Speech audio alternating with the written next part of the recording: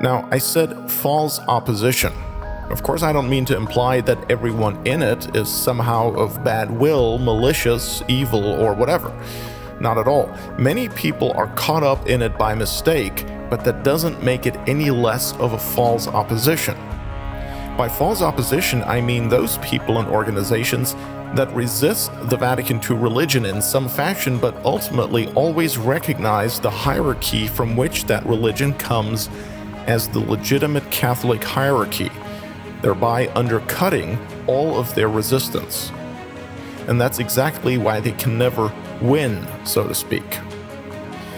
What I mean is that so often people will determine their theological position by what they feel rather than what they understand.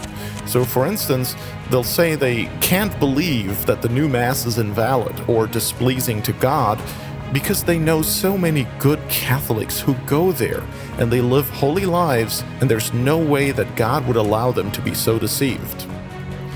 Or that so-and-so is a really great and holy priest or bishop who's provided such good guidance to me, and he believes Francis is Pope, so that's why I believe Francis is Pope too.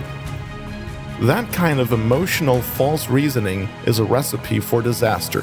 You're just asking to be deceived. Let's remember the warning our blessed Lord gave us in Matthew 24, verses 24 and 25. Quote, "For there shall arise false Christs and false prophets, and shall show great signs and wonders, insomuch as to deceive, if possible, even the elect. Behold, I have told it to you beforehand." Unquote. Now, the famous 19th century English priest Father Frederick Faber said the following about that. Quote, "We must beware then of dangers from within. We must be upon our guard even against Catholic books, periodicals, journals, and pamphlets, however specious they may be. Our blessed Redeemer said of the false prophets of the last days that they should deceive, if possible, even the elect.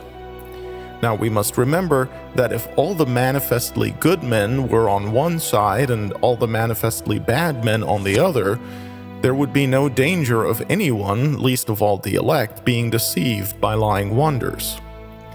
It is the good men, good once, we must hope good still, who are to do the work of Antichrist, and so sadly to crucify afresh the Lord, whom they do more than profess to love. Bear in mind this feature of the last days, that their deceitfulness arises from good men being on the wrong side." Unquote. So this is absolutely crucial. People need to stop being attached to particular individuals that they look up to as their guiding lights to safely navigate them through the current ecclesiastical nightmare. The only guiding light you can always rely on per Catholic dogma is the Pope. Well, we don't have one currently, so don't look for a substitute, because there is none.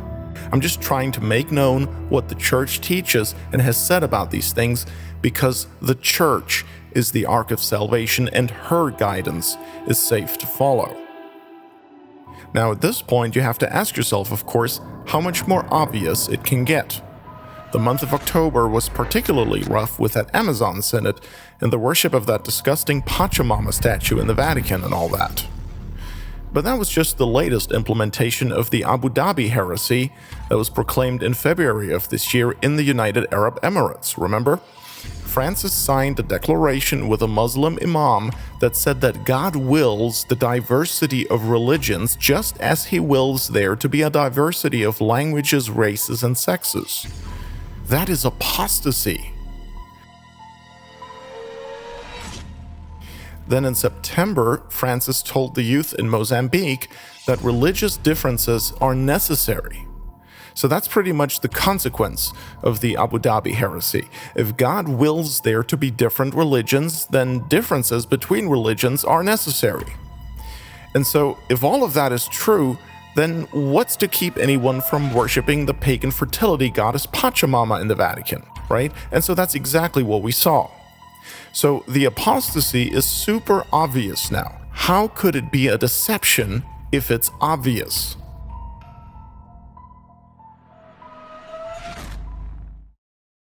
And so another question presents itself.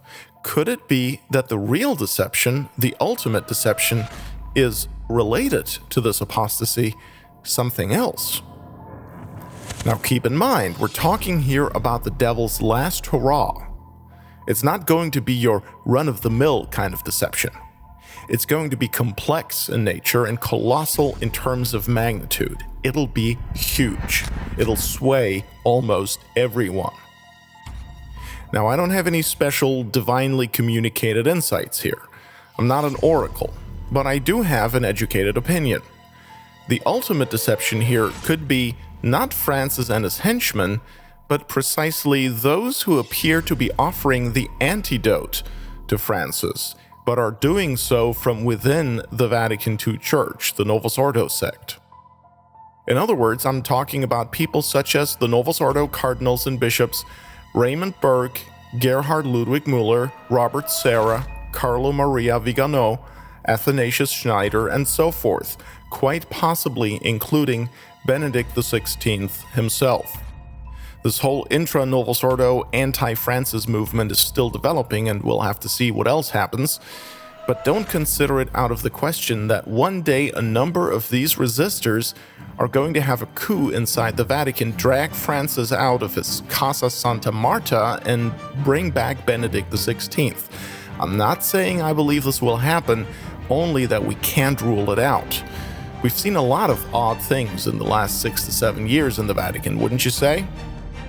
And so, again, don't allow yourself to be distracted by whether the individuals I mentioned here are of goodwill or not, whether they're sincere, pious, meaning to be orthodox, or malicious and intentional deceivers. It simply doesn't matter. I mean, it matters to their souls, of course, but not to the objective reality of what's happening. Either way, the result is the same. Now, you know that if Francis were to be removed from the Vatican and Benedict put back in, that everyone who considers himself an Orthodox, faithful, conservative, traditional Catholic would be cheering and celebrating, thinking that the great deception had finally come to an end. And yet, we know that all they would get is more Vatican II. Ratzinger Benedict XVI is 100% a man of the council.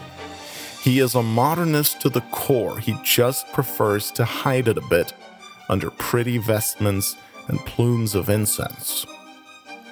So the only thing a bringing back of Benedict would accomplish is returning to the modernism of Ratzinger rather than the modernism of Bergoglio.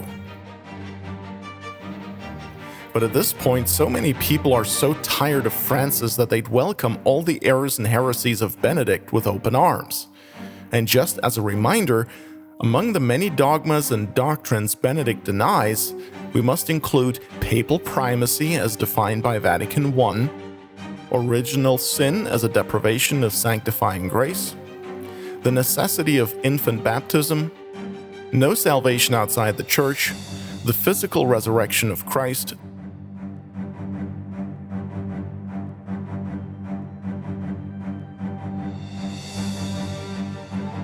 that the Pope himself cannot defect into heresy, at least not without immediately losing the pontificate, is taught by Vatican I, Dogmatic Constitution Pastor Aeternus, Chapter 4. Quote, "This gift of truth and never-failing faith was therefore divinely conferred on Peter and his successors in the see, so that they might discharge their exalted office for the salvation of all, and so that the whole flock of Christ might be kept away by them from the poisonous food of error and be nourished with the sustenance of heavenly doctrine. Thus, the tendency to schism is removed and the whole Church is preserved in unity, and resting on its foundation can stand firm against the gates of hell." Unquote.